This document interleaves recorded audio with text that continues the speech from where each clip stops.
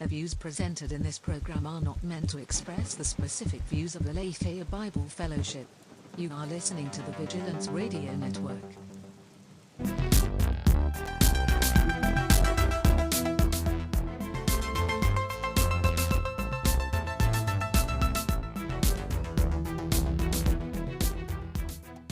Hello. We are live doing Culture Insanity, and we actually have a lot to discuss today. So I'm Pastor Josh, and that is Pastor James. That's right. So we have a few things on our list that we're going to talk about. We're going to do a sort of off-the-cuff movie review of Everything Everywhere All at Once.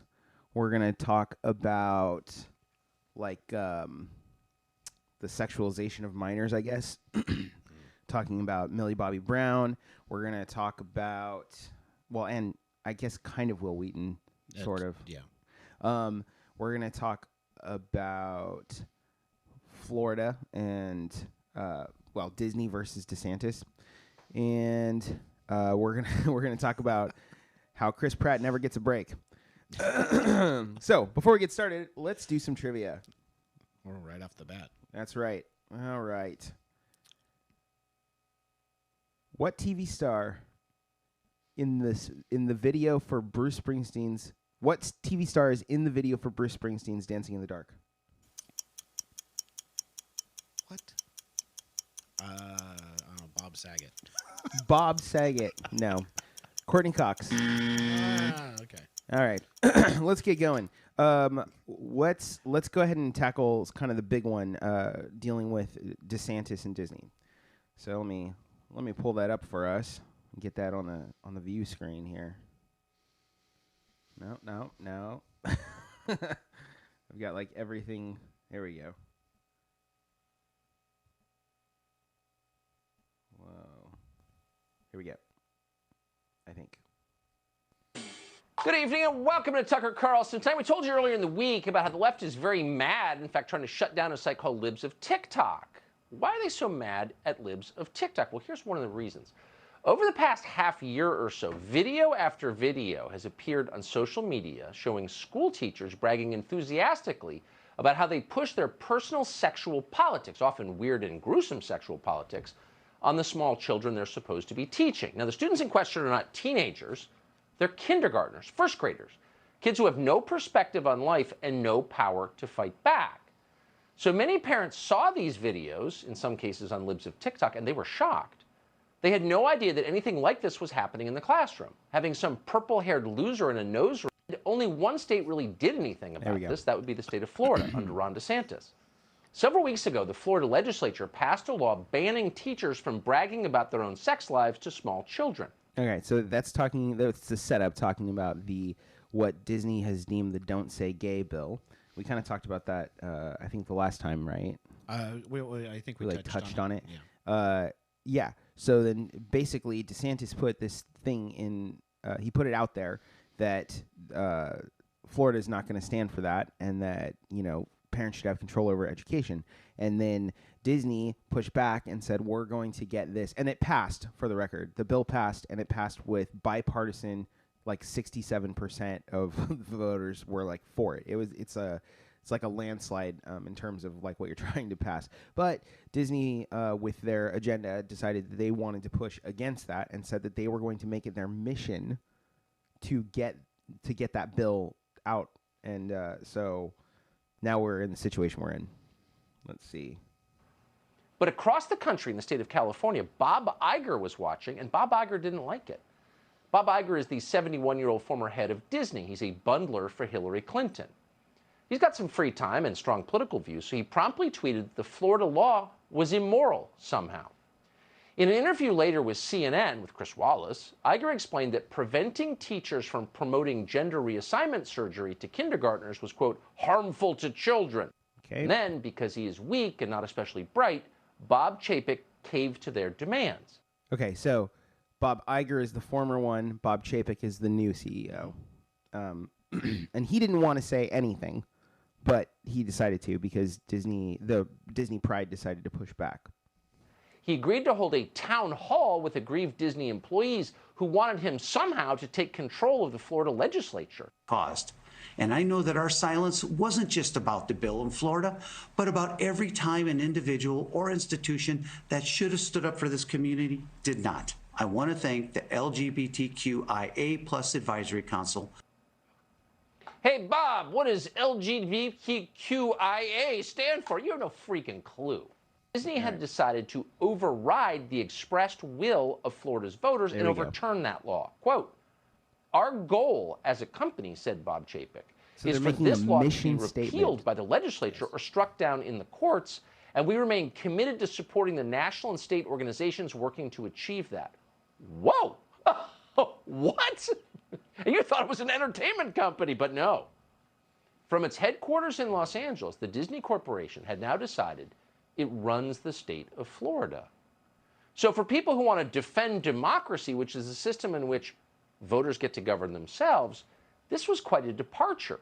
This is oligarchy, corporate CEOs deciding what the laws should be. Yeah, that's their new position. But in the meantime, Disney employees set about trying to undermine the intent of Florida's law. If teachers could no longer promote transgenderism to kindergartners, Disney planned to step into the breach and do it themselves. Here's internal footage from Disney obtained by journalist Chris Rufo. Last summer, we removed all of the gendered greetings in relationship to our live spiels. So we no longer say ladies and gentlemen, boys and girls. We've provided training for all of our cast members in relationship to that. So now they know it's hello everyone or hello friends. Oh, so it's no more boys and girls. Disney World is now non-binary. Okay, that's the diversity and inclusion lady. You're not surprised, state.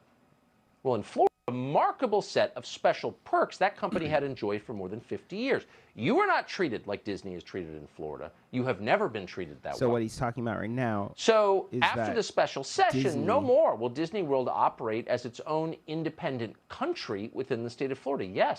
Okay, so what he's explaining is that the response by DeSantis is to remove special privileges that Disney has had in the state of Florida, because Disney World has brought in so much money and so much, and Florida at the time wasn't a destination spot the way it is now. And so now there's all these theme parks and there's an infrastructure built basically because of Disney. And so Walt Disney worked out this deal where they have special privileges, they can govern themselves. And DeSantis' response is that. Let me back it up just a second. I've never been treated that well. So after the special session, no more will Disney World a remarkable set of special perks that company had this week. DeSantis led an effort to strip Disney of what turned out to be a remarkable set of special perks that company had enjoyed for more than 50 years. You are not treated like Disney is treated in Florida. You have never been treated that well. So after the special session, no more will Disney World operate as its own independent country within the state of Florida. Yes, that's how they were governed, by themselves. And now, going forward, Disney is going to have to pay its taxes. Oh, wow, just like everybody else. Now, if you've lived in this country for more than, say... All right. What do we think about this? This is a big deal, guys. Like, this is a big deal. Well, it's a huge deal. I mean, corporations often get like tax breaks and that type of thing to come into an area for economic development and that type of thing. So that's now being used as a weapon in this fight. Mm-hmm. For that. But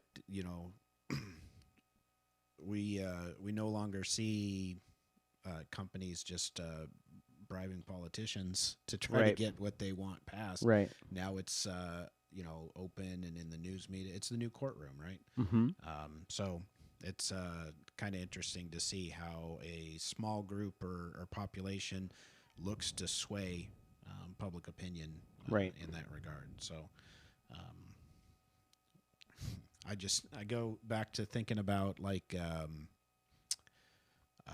just a lot of how Proverbs describes fools and how proud of themselves that they are. that they've come up with these things, and how wise they are that they've come up with these things, Right. and how foolish it really is. Yeah, well, the other thing to consider is we're setting precedent here now. Absolutely. This is never this sort of pushback has never really been done before. You've got this guy who, maybe he'll run for president. Pastor Monty, who I'm sure he'll talk about it during Truth Time. He says that DeSantis isn't going to run against Trump in the primaries or whatever. He's not going to try to run against Trump. But that being said, if he did, I'll bet he'd have a lot of backers. And there is a precedent that's being set here where the government is pushing back and against a big business as opposed to like making these under the table deals with them. However, there's also another precedent, and I'm wondering if it might come back to bite us. So tell me what you think about this. Okay. You have a small group of people. The government doesn't like what they're doing, and so it decides to strip their tax-exempt status. What do you think about that? Gee, who could you be alluding to in that? So, James, tell us a little bit about this. James is a tax man, for those who don't know by trade. So he might be able to speak a little clearly about this. Well, it's not. Yeah. Well, I mean, there's already specific things that are in place. Specifically for religious organizations.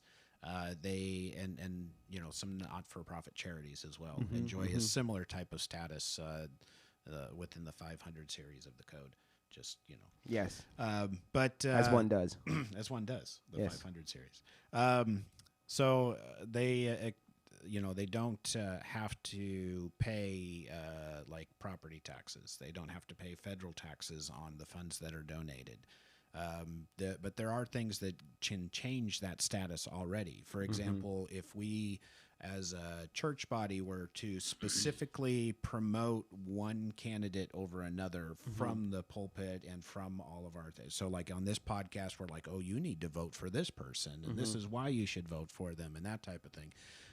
They can then actually strip that status because you're no longer operating as a free religious institution. You're acting, therefore, as a public push for a particular political candidate. Now, it's okay to talk about certain like ballot measures and encourage people to vote, but you can't tell them which way to vote. For that. Fortunately, the views represented in this program do not reflect the views of Aletheia Bible Fellowship. Aletheia Bible Fellowship. So what I'm positing is, I believe, I'm sure that Pastor James believes this too, that this is a good move on the part of Florida. Do you? I think it's a good move, especially because of what it's about. Yeah. Yeah. I think it's a good move. I think that it is the right role of government in this case to push against that and to push for what the people want. It's very clear that the people in Florida want this. The left-leaning people don't want to believe that, but the stats and the polls show that it's true. So the fact that Disney is, just doing its own special interest thing is a problem, and that is, I don't care how you spin it. What Disney says, we're going to make this our mission. The largest, arguably the largest reaching company in the world, at least forward-facing, like in the public eye.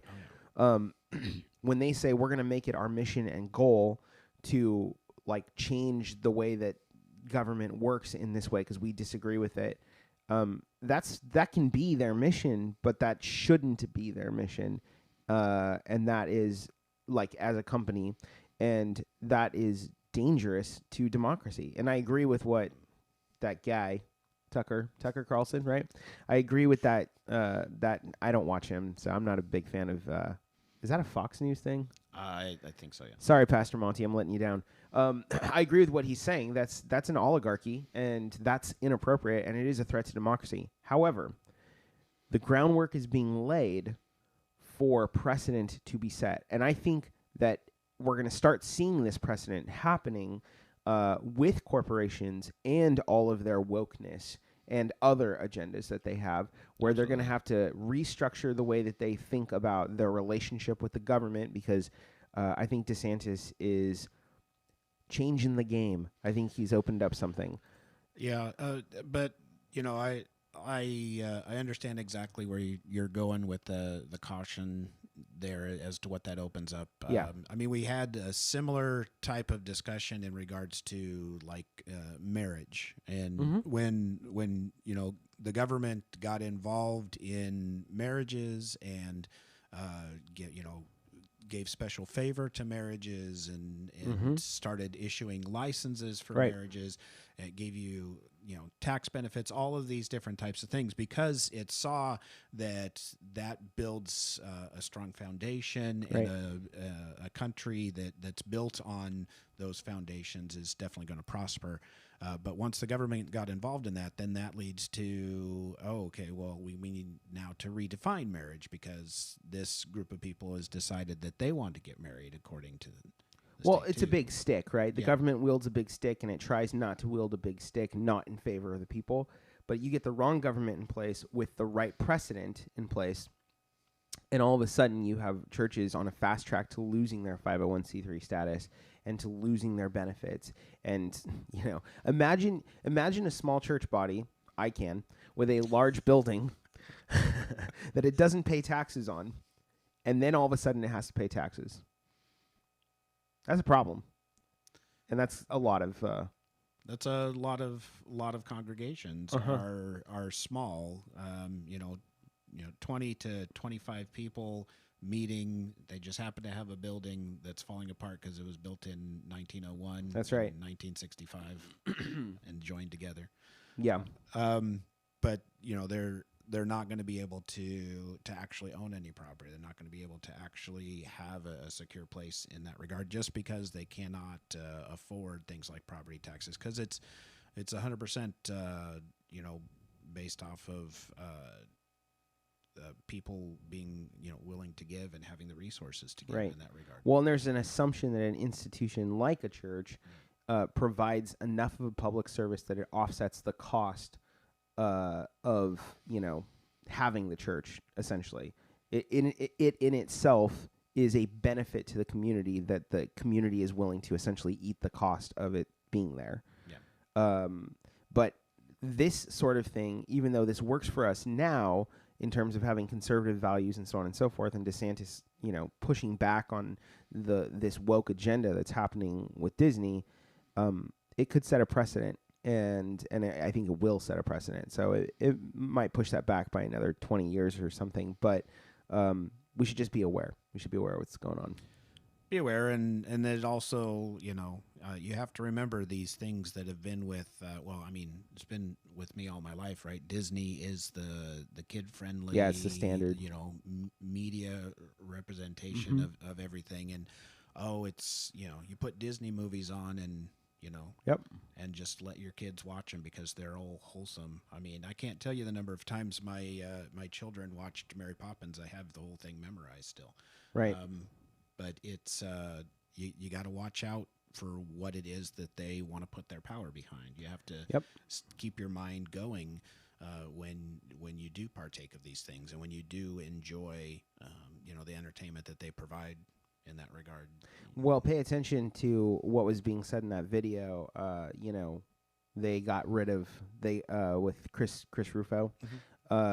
They got rid of the ladies and gentlemen, boys and girls. Like, we're dealing with something that seems so benign, but you're having a whole generation of people who are just consuming content, and they won't think of it that way. They're not taught to think about it that way. Parents just kind of let them. So it's all stuff to be paying attention to. Let's go ahead and move on. What do you want to talk about? Well, why don't we stick with the Disney theme and go into Chris Pratt? Okay. I guess, yeah, and the sexualization. Okay. Yeah. Let's go ahead and look at that. Let me pull that up here. Here we go. So there is a movie coming out. Marvel Studios is. It's like when you add possessive to Jesus, and it's like, how do you say that? Jesus is. Jesus is. Anyway, Marvel Studios has a new movie coming out in the Thor series. It'll be Thor 4, Thor: Love and Thunder. Love and Thunder. It's supposed to be the triumphant return and entry of what's her, Natalie Portman. Natalie Portman. Also sexualized as a minor. Yes. Anyway, of Natalie Portman as Jane Foster, who I'm going to give you a spoiler, guys. It's in the trailer. It is, but you can't tell that it's her. Anyway, Jane Foster, a female Thor. In any case, so in this trailer, there is a funny moment between Chris Pratt and Chris Hemsworth, who plays Thor and Star-Lord. And, yeah, this is what it looks like. You ever feel lost? Just look into the eyes of the people that you love.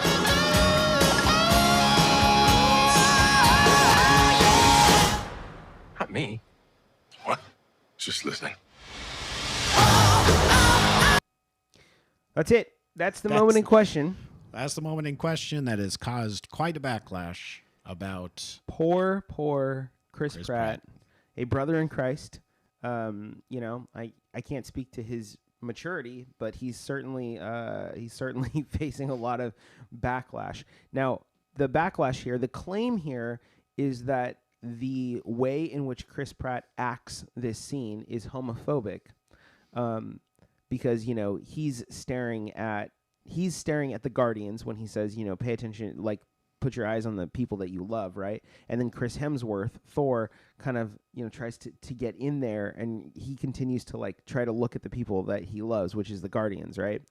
I would argue, based upon the context of the scene, that Chris Pratt's character, Star-Lord, if you want to make love sexualized, which it's not, but if you wanted to make it that, then actually he's pansexual, because he's looking at all of these people, and, you know, and Thor is trying to lock him in to something homoerotic. That's what I would argue. That's interesting, I guess. Now, let me give you a bit of background. Okay. let me give you a bit of background here, just so you all know. What you need to know that you don't know is that Marvel Studios, again owned by Disney, not Marvel Studios, Marvel, the publisher, has decided. I don't know if this is like a backlash to things going on with Chris Pratt, but they've decided to make Star-Lord into well, I don't know if he's bisexual or pansexual, but his character in the comic books is into guys as well as girls. I think he's more pansexual. I think he's like kind of a Captain Kirk character that's like into. Oh, that scares me. Okay, guys. Just a side note: Star Trek: Strange New Worlds is coming out, and they cast James T. Kirk, and his character is a known like, you know, sexual. In the old days, they'd call him a Lothario. Yeah, he's a sexual being. We'll put it that way. He's pro-sexual, and I would not be surprised if they explore the full spectrum of his sexuality. Please, no! No! Yes, there's Michael Scott expressing my thoughts. So you heard it here first, guys. I think there might be something there. Right. Anyway, but yeah. So first he got in trouble because, you know, he attended or was somehow connected to. I want to say it was Hillsong. Yes. It was, yes. He's connected to a church that has come out specifically against gay marriage. A church that is, I would not call fundamental, but for some reason is fundamental in that way. Right. And so since there's a connection to there and he is a Christian, he's already been labeled as homophobic. Yeah. By the media and by the, well, even... You've even heard this in like congressional meetings and stuff like that. So right. It's big in that regard. Right. Okay, so he's got that rap, which is I mean, not I don't know that that's fair, but then on top of it, now this movie is getting that. And that's pretty interesting considering that his character is known to be prosexual without borders. That the character of Valkyrie, who was seen even in the clip that I showed, I think she's a lesbian. Yes. And that it was, here's the big one. This is the big definer for why it shouldn't be considered that way. It's scripted.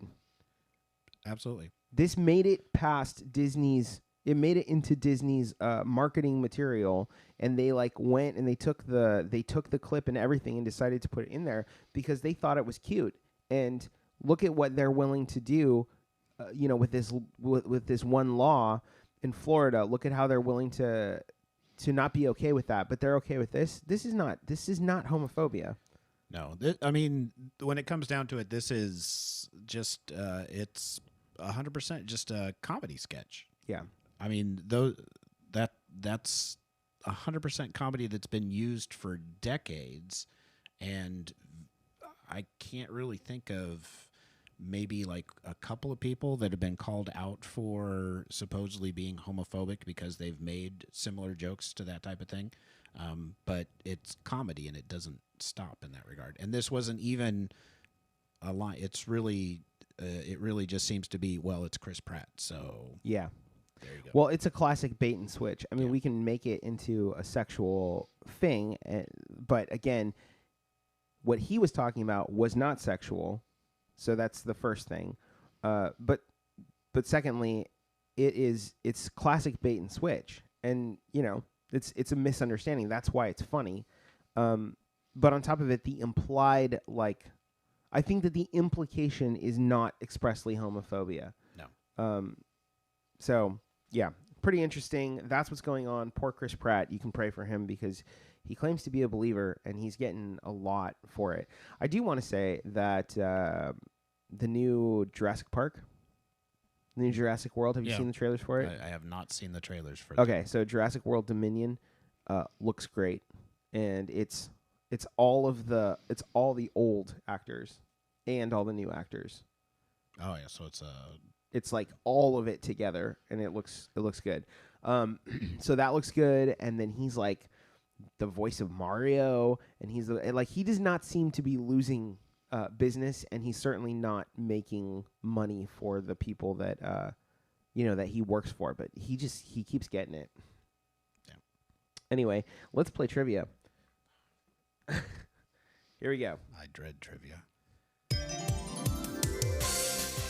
All right. What network's slogan in 1980? Okay. And so you've only got a choice of 3? 4. Okay. What network's slogan in 1980 was "Looking Good Together"? This is totally weird. I should totally get this. You should be able to get it. But I'm at loss. I'll give you a clue. Looking good together. CW. No, what? No, looking with your eye. With your eye. Oh, so it's supposed to be like ABC? CBS. CBS. They have the eye logo, right? Come on, I gave that one away. All right. Anyway, let's move on. Let's just say that things are associated weirdly in this noggin thing. Okay. Let's talk about Everything Everywhere All at Once. Check out this trailer. Mrs. Wang. Mrs. Wang. Mrs. Wang, are you with us? I am paying attention. Now, you may only see a pile of receipts, but I see a story. I can see where this story is going. It does not look good.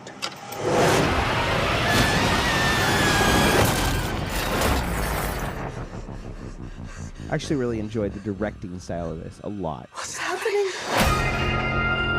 Although I don't know who Daniels is. I'm not your husband. I'm another version of him from another universe. I just want to point out, for those of you who don't know, that is Short Round. Yes. That is Short Round. You call him Dr. Jones, doll. That's Short Round. Here because we need your help. Very busy today. No time to help you. Across the multiverse, I've seen thousands of Evelyns. We can access all of their memories, their emotions, even their skills. There's a great evil spreading throughout the many verses. And you maybe. It's interesting because Doctor Strange in the Multiverse of Madness is coming out, right? And a lot of those like jerky movements and stuff is very Sam Raimi. Yes. Like I get a Sam Raimi sort of feel off of this trailer, even like the look that she has and the blood on her face and stuff. Anyway, our only chance of stopping it. Don't make me fight you. I am really good. I don't believe you.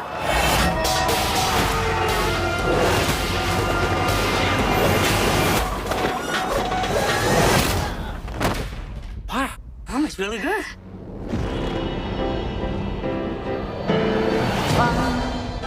He's waiting in the wings. The universe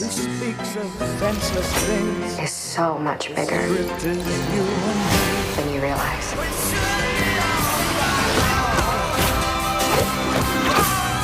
Of all the places I could be, I just want to be here with you. Remember our mission concerning the fate of every single world of our infinite multiverse. There is no way I am the Evelyn you are looking for. Every rejection, every disappointment has led you here. To this moment. Don't let anything distract you from it.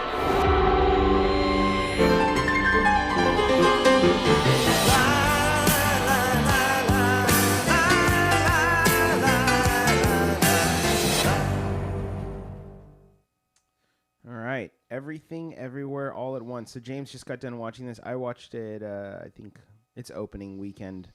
I mean, okay. I think that's producer Jasmine being snarky. She's not. Oh no, what is that? That's me. That's you being Snarky. snarky. Oh, it's Whiplash. Another interesting movie. Miles Teller. Whatever happened to Miles Teller? I don't know. He's supposed to be in Top Gun Maverick. That was supposed to come out like 4 years ago. That we still get, still get stuff in the theater for. Yeah. But hasn't come out. Anyway. So anyway, we watched it. We both watched it recently. I've got some definite thoughts about it. I'm wondering what your take on it is. Well, quite honestly, I became very depressed as I watched the movie. Because basically, it just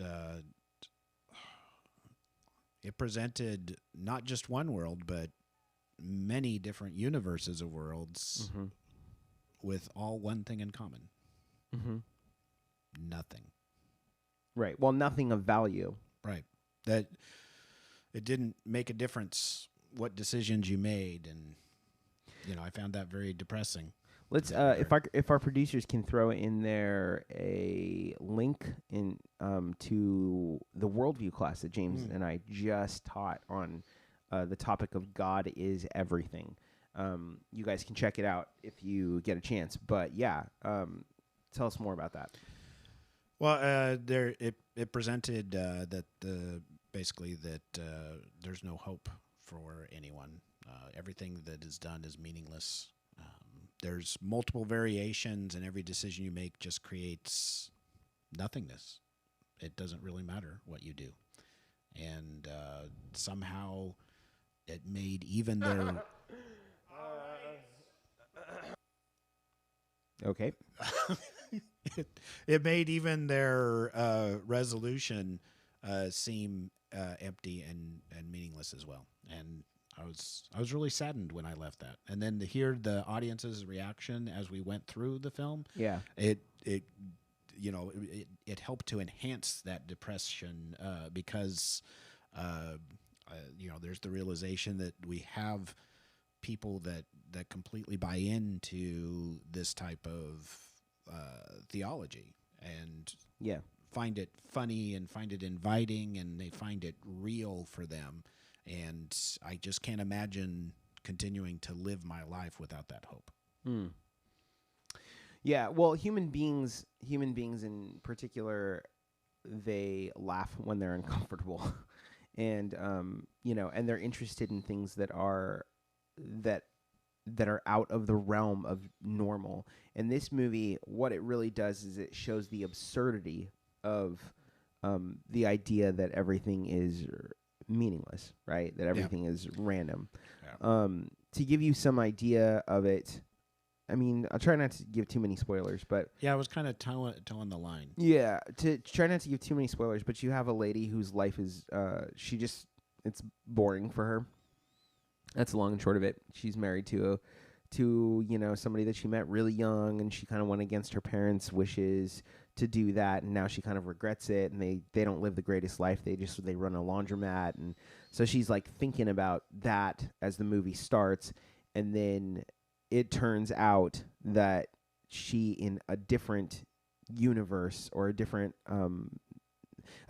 like in the multiverse of things, she is more important than she thinks she is. And so then there's a combination of those worlds collide. And so she's like having to deal with the collision of those worlds and like kind of connect with her selves if she had made other choices, which in my mind is a brilliant way of exploring what it would look like to have other choices made. It's interesting. And I want to say that the film was beautiful, first of all. It was like in terms of production. Beautiful production. Yeah. Great, filmography. Oh, there's the this direction. There's this scene. There's this scene with a fanny pack, right? Oh, yeah. And there's this moment. Again, it reminded me of Sam Raimi. One of the things that Sam Raimi is famous for is the way he uses the camera as part of the set. So like you'll see like an arrow flying, and the camera will be like on the arrow, as if you're the arrow. And that's one of the things he's famous for, right? And there's this scene with a fanny pack where I wanted to call him the short round character, but that's not whatever. I can't remember his name. But anyway, Wang? I can't remember. Wayne. I don't know. Maybe it is Wang.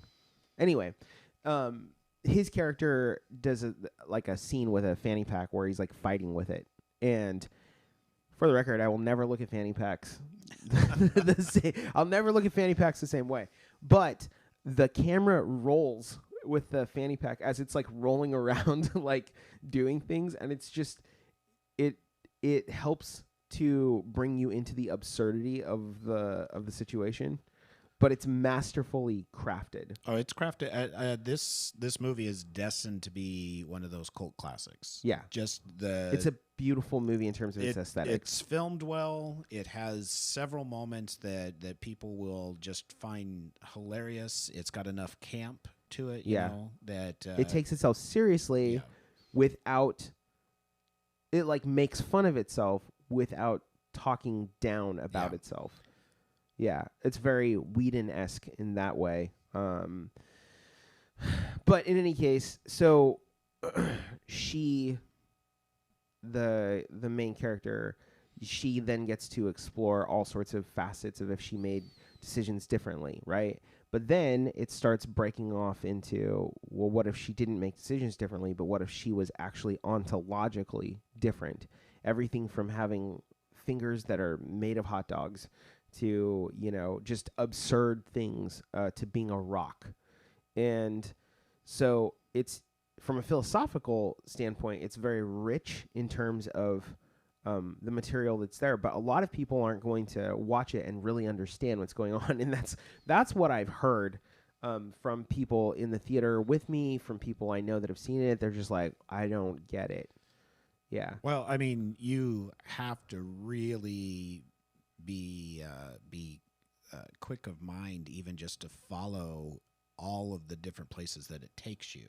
Yeah. Quite honestly. So, I had to go into it with a mindset of I'm viewing this for a particular reason, and I want to see, what's going on with it. So I have to pay attention. Yeah, I was really saddened in the same vein as what Pastor James was saying as I was watching it, especially where it could have ended. But the fact is that the movie didn't end that way, and I think it didn't end in a nihilistic way. It should have ended nihilistically, but it didn't. And so I think that's what's going to make it palatable to people, because it did the age-old trick of borrowing from Christianity.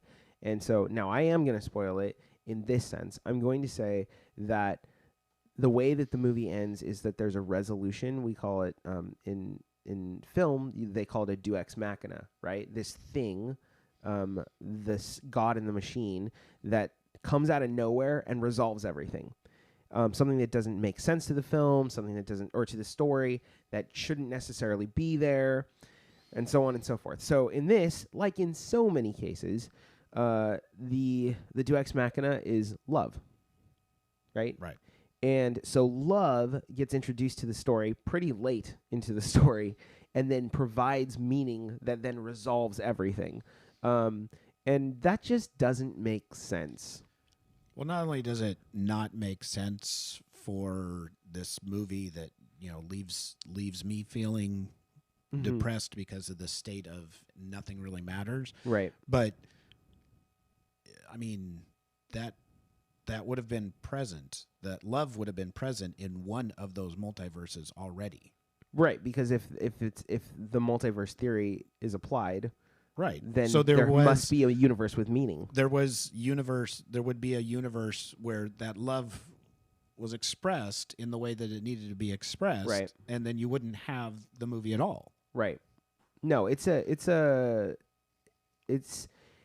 one of those arguments that is nifty to think about, but can't possibly exist on the weight of its own rules. Right. And so they had to borrow from really a Christian ethic, just like my critique about Doctor Strange having to borrow the concept that time is meaningful when they spend the entire movie talking about how time is not meaningful. They had to borrow from the concept, the Christian concept of love as being a massive definer of where we get our meaning from, and specifically like godly love, self-sacrificial love.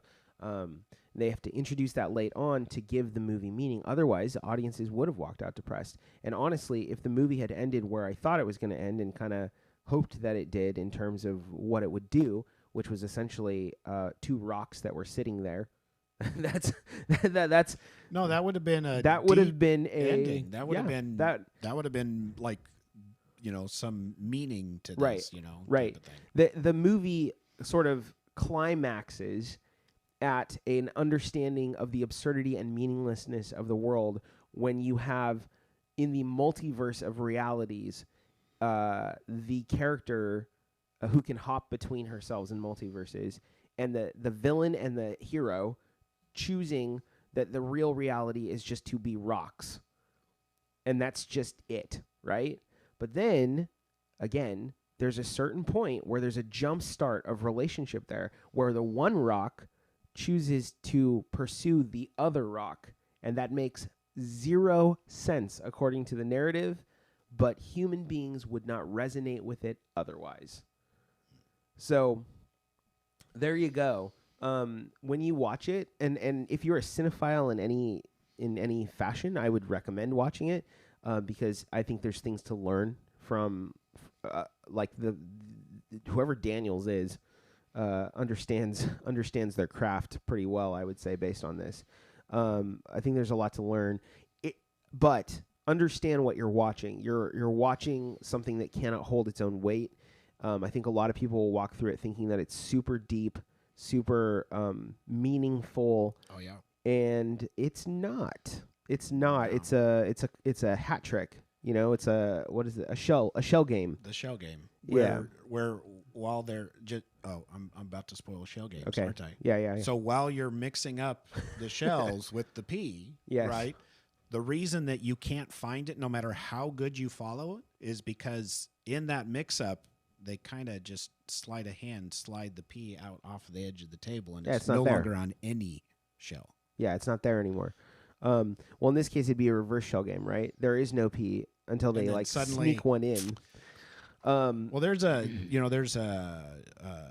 TikTok, reel, whatever you want to call it, Yeah. short, where the people are sitting around a table at like a Benihana or some type of restaurant where the chef is right there at the table, and there's an egg. He puts it under a bowl. He distracts them, goes over here, grabs some water, puts it in front of the water, shakes the bowl around, and suddenly, there's 2 eggs. But if you watch it, it's clearly just as he puts the bowl down, he has another egg, and he slips it in, and that's what's happening here. There's no egg. They're just like, let's put one there, and it doesn't really work. No, it feels like magic when it happens in the movie, but it's not magic. They stole from Christianity while trying to not.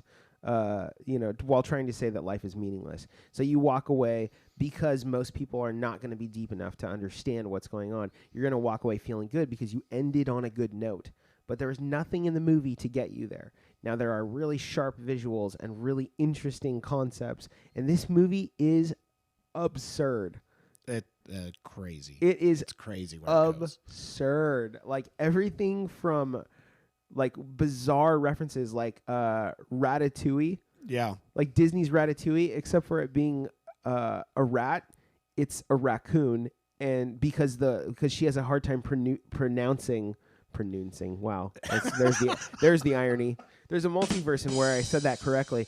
She has a hard time pronouncing Ratatouille, and she calls it raccoon cooey. Raccoon. Yeah. And so there's, and so in some multiverse, there's an actual raccoon version of Ratatouille. It's just ridiculous, this movie. And yet it's so masterfully done. And I agree with Pastor James. It's probably going to become a cult classic. Oh, absolutely. We might use it as perhaps a study, the way we use like the Matrix to talk about Gnosticism. I think it would add itself nicely to that library. Yeah, it could be interesting. I will warn you, however, that it is also absurdly long. Yeah. It's really long, so... I mean, part of my depression could have been that I was out till 11:50 at night. But yeah, it's really long. And I'll just throw out a shout to Michelle Yeoh, who is good in everything she does. Yeah. So, and Short Round, Data. I think he was great in that movie. No, he definitely played his character very well. Yeah, he was great in that movie. You call him Dr. Jones doll. Okay. Okay. Let's see. We got a little bit here. Let's play this clip. If it plays. Hello. Oh, so it's gonna play when. I've heard before you talk about some of the struggles you were going through during Stand By Me, and while I was 11 at the time, that's. All right, so we're looking at Jerry O'Connell and Will Wheaton and some lady in the middle. Jerry O'Connell and Will Wheaton were in a movie together when they were kids. They're both successful actors in their own right, and they're talking about their experience in Stand By Me, which is it's a classic Stephen King, although not horror, but it's a classic Stephen King like coming of age story. Absolutely. From the 80s. That's an excuse. I do want to apologize for not being there more for you when you were younger. But I just want to, I want to say to the bigger picture, you never know what someone is going through when you're with them. So, like, it was, I don't feel guilt, but I just wanted to say I'm sorry I wasn't there for you more, I deeply appreciate that. You were 11. Right. Yeah. It's not, I'm not saying that as a joke. No, I'm not doing a bit. I'm not doing a bit at all. I'm saying, you were 11. How could you possibly have known? Yeah. Also, everyone in the audience who is a trauma survivor knows this. Yeah. We're real good at covering up what we're going through. That's right. That's right. So, here we'll just do these in tandem, so it's we can hit them quicker. Let's see here. Millie Bobby Brown. Yeah, Millie. Star Millie Bobby Brown is opening up about the challenges of being in the spotlight at a young age. Now, as you know, the actress quickly rose to fame at just 12 years old and was forced to navigate through the crucial teenage years while in the public eye. Yeah, appearing on the Guilty Feminist podcast, Millie spoke about the gross way she was sexualized for years. Take a listen. I deal with the same things any 18-year-old is dealing with, navigating being an adult and having relationships and friendships, and it's all of those things, you know, being liked and trying to fit in. It's all of a lot, and you're trying to find yourself while doing that. The only difference is that obviously I'm doing that in the public eye. So it can be really overwhelming. I have definitely been dealing with that more within the last 2 weeks of turning 18. Definitely seeing a difference between the way people act and the way the press and social media have reacted to me becoming of age. You know, in my life, I believe, and in my opinion, I believe that shouldn't change anything. But it's gross and it's true. And so I think it's just a very good representation of what's going on in the world and how young girls are sexualized. You know, it must be a wild thing when you're 12, like we said, and you're getting sexualized even for the next couple of years. And I'm sure there's even not like an understanding of what's going on until you're the age she is now, and you can look back and you're like, what was... So we'll put those two together, those clips together. They're not expressly connected. I don't know if Will Wheaton's issues, I don't know if he... No, it was more along the lines of mental abuse. He was pushed into doing something that he did not want to do. Right. But he was done so by, you know, controlling parents in that regard. Right.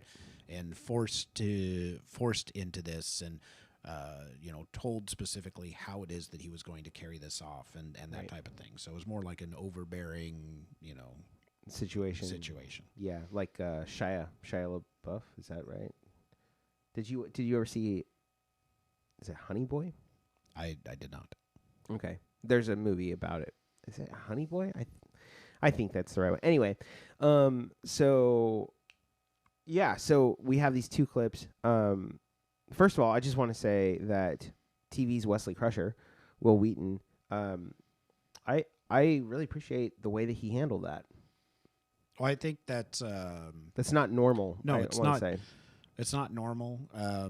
But you know, he's handled it with definite, you know, maturity and you know, quite honestly, it's beyond his years even in that regard. That understanding of, you know, especially this day and age, right? It's like, you know, oh no, you should have been there. If you're not there for me, if you're not advocating for me, then you're part of the problem. You're an oppressor. You're an oppressor. His response is, quite honestly, dude, you were 11. How could you possibly know? And not only that, you know, people that are going through that trauma, we're really good at hiding. You know, you're not going to know what's going on with us necessarily, unless you know to ask the right questions or look for specific signs. It's not something that's going to be discernible. And then, you know, and then you have the kind of similar in the fact that it's traumatizing for a youngster. You know, with Millie Bobby Brown, it's more like it's more about like how fans react and treat her, and the sexualization of young ladies. Just, you know, oh, just wait till she turns 18 and that type of thing. I believe it or not, Billie Eilish comes to mind. Same type of thing. Yeah. Billie Eilish specifically wore baggy clothes and that type of thing to try to avoid that sexualization. And mentioned earlier Natalie Portman with her role in Leon the Professional. Yep. You know, great movie, by the way. Oh, absolutely. Yeah, there's a huge weight that's put on people at a young age, and I think we're faced with a difficult choice as we are coming into an era that doesn't just pretend that these things didn't happen. We're faced with a difficult choice as to how we want to deal with them. So on the one side, I think, like you said, I think Will Wheaton expresses a real poise in the way that he dealt with that. And I don't think that it's bad that Jerry O'Connell expressed that. I'm kind of weirded out that he expressed it in public. Yeah. Like that's kind of weird to me. But it's not weird to them, right? Right. They're public figures. They grew up in public, so having a conversation on a talk show in public and airing those things is not abnormal. Yeah, they're also they're also both commentators. I think absolutely Jerry O'Connell is like a cast member on like The Talk or something. I don't know. And Will Wheaton is like, he's a commentator. Like that's what he does now for a living. So yeah, I guess that's true. But to me, it's just, it's a little bit strange to be like, okay, I'm going to wait till I'm in public and like it's recorded. Right.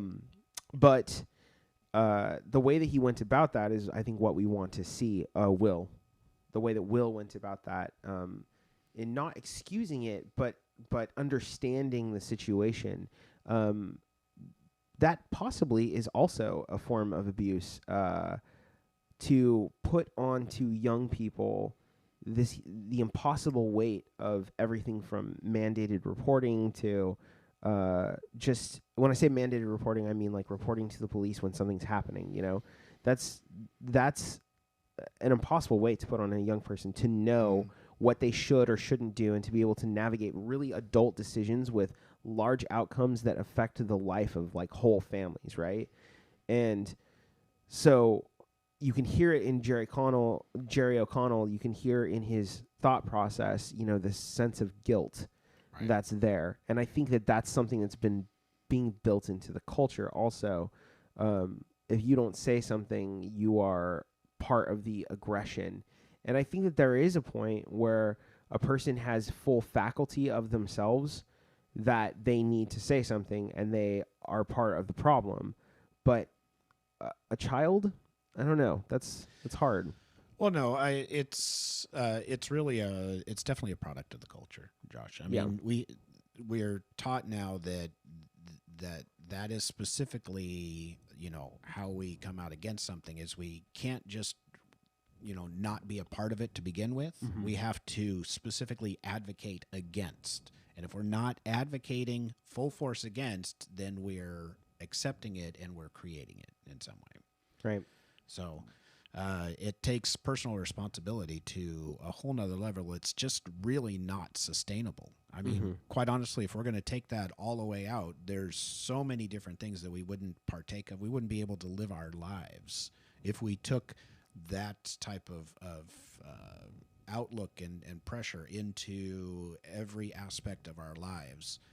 There's products we wouldn't buy. There's places we wouldn't even begin to support or shop at. There's places that we wouldn't live, right?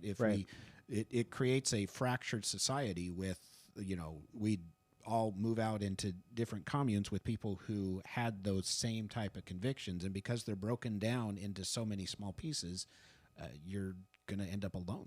Yeah. Yeah, I think the responsibility needs to do the best with what we have and to be graceful and forgiving for each other. The scripture says we're supposed to be tenderhearted toward each other, you know, and forgiving. And I think that that's a part of it. What I really appreciate about Will Wheaton's critique there, and I don't know how many of you have ever listened to him. He's kind of like a geek icon, but he can be pretty scathing. He can be really like aggressive in his commentary, in his critique. But in this case, you can tell that he places blame where it should go. And I think that that's important. He actually comes across as someone, I'm not going to say that he's completely dealt with the trauma, but he comes across as someone who's dealing with the trauma appropriately. So he's confronting the trauma, he's dealing with the consequences of that trauma and applying that. And that's the only way that you're going to ever healthily deal with something in that way. Yeah. And as for Millie Bobby Brown, I know that she's a star, right? But I think the thing that concerns me, like in her case, that's part of her profession. What concerns me for our young ladies, I have 2 biological daughters and others on top of it that, you know, I'm responsible for raising and taking care of. And like what concerns me is that everybody has a camera on them all the time. And like when we talk about her and we talk about the sexualization of minors, which is a real problem, that isn't just happening to people with cameras in front of them. That's happening to everybody. And and I look at my daughters and I look at what they have to deal with, and I look at some of the teenagers that I've been around over the course of my life, and especially the ladies, and that's a really tough thing to grow up with. And yeah, and I think there is a call in this to really seek to understand your value as being found in something that's not, society, not likes, and to understand your sexuality in something that's not defined by likes and, so on and so forth. But unfortunately, we do see an epidemic of that. We see an epidemic of young people who, are just in this, nonstop photo reel of selfies, trying to be sexualized. Well, right, because you're doing whatever it is that you can to have the most attention paid to you, and you're going to go wherever it is that takes you, and that's a dangerous path to take. Mm-hmm. To sell yourself at any age. Right. Well, and so that's the caution that I think I would give, especially to the young ladies out there. You look at somebody like Millie Bobby Brown, who is famous, and you see the sexualization of her maybe as positive, but when you actually listen to her talk, it's not positive, and she doesn't view it that way. And so, don't flirt with these things because you might just get them. There's a conversation, I'm not going to play a clip from it, but Bill Maher was talking to Bella Thorne, I think. Bill Maher was talking to Bella Thorne about slut shaming and about anxiety amongst young people and stuff. And it's this thing that is pervasive where we don't realize the extreme amount of pressure that's put on young people to perform. And now it's not necessarily their parents or there's not necessarily their parents or, like a perp. Not necessarily a parent or a perpetrator that's come after them and sort of groomed them into this behavior. It's young people themselves, accessing these things and wanting a piece of that action. And I worry for our younger generation as they have more and more ability to sort of craft themselves in a cosmic mirror. Anyway, well, the thing that they're talking about now is, it's great to be a child of the 1900s because we did stupid stuff all the time, but there's no video of it. Right. Unless you were rich. Have you seen the documentary?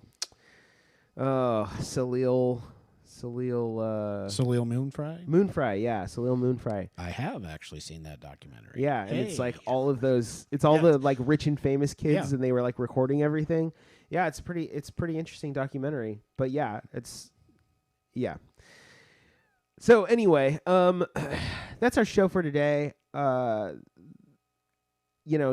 recap, we talked about Florida and what's going on there with the oligarchy that Disney's trying to make and the pushback, and you can be in prayer about that, specifically in what that means for what's going to happen in pop culture with Disney and how businesses are going to push in that, but then also what the outcome could be for things like the church that do have special interests that are positive. And then we talked about Everything Everywhere All at Once, talked about that. Make sure that when you're watching things, you have your mind on.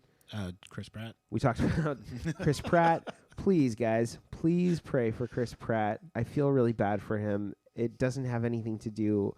I'm not making a statement about his maturity as a Christian or anything like that. I don't know anything about that. I just know that he's really getting it for really no reason. And then we talked about this stuff with the weight of being child actors and how basically everybody is a child actor now. Right. So that's basically our show for today. If you need any help, if you need to know more about what we're doing, you can check us out at abfpdx.org. We are part of the Vigilance Radio Network, and we have new content for you. Well, whenever it shows up, we have new content for you. Sometimes we try to hit it right as it's happening, but generally this show produces content every fourth Saturday at 9 a.m. You can always check out Truth Time with Pastor Monty. Generally takes place Tuesdays at 11 a.m., although that won't be happening this Tuesday because I will be in Hawaii. And we have the Bible with Pastor Adam every Wednesday at 9:15, and there are sermons every week if you need that content. Anything else you might need, check us out at abfpdx.org. That's pretty much it. Cue the disclaimer. The views presented in this program are not meant to express the specific views of the lay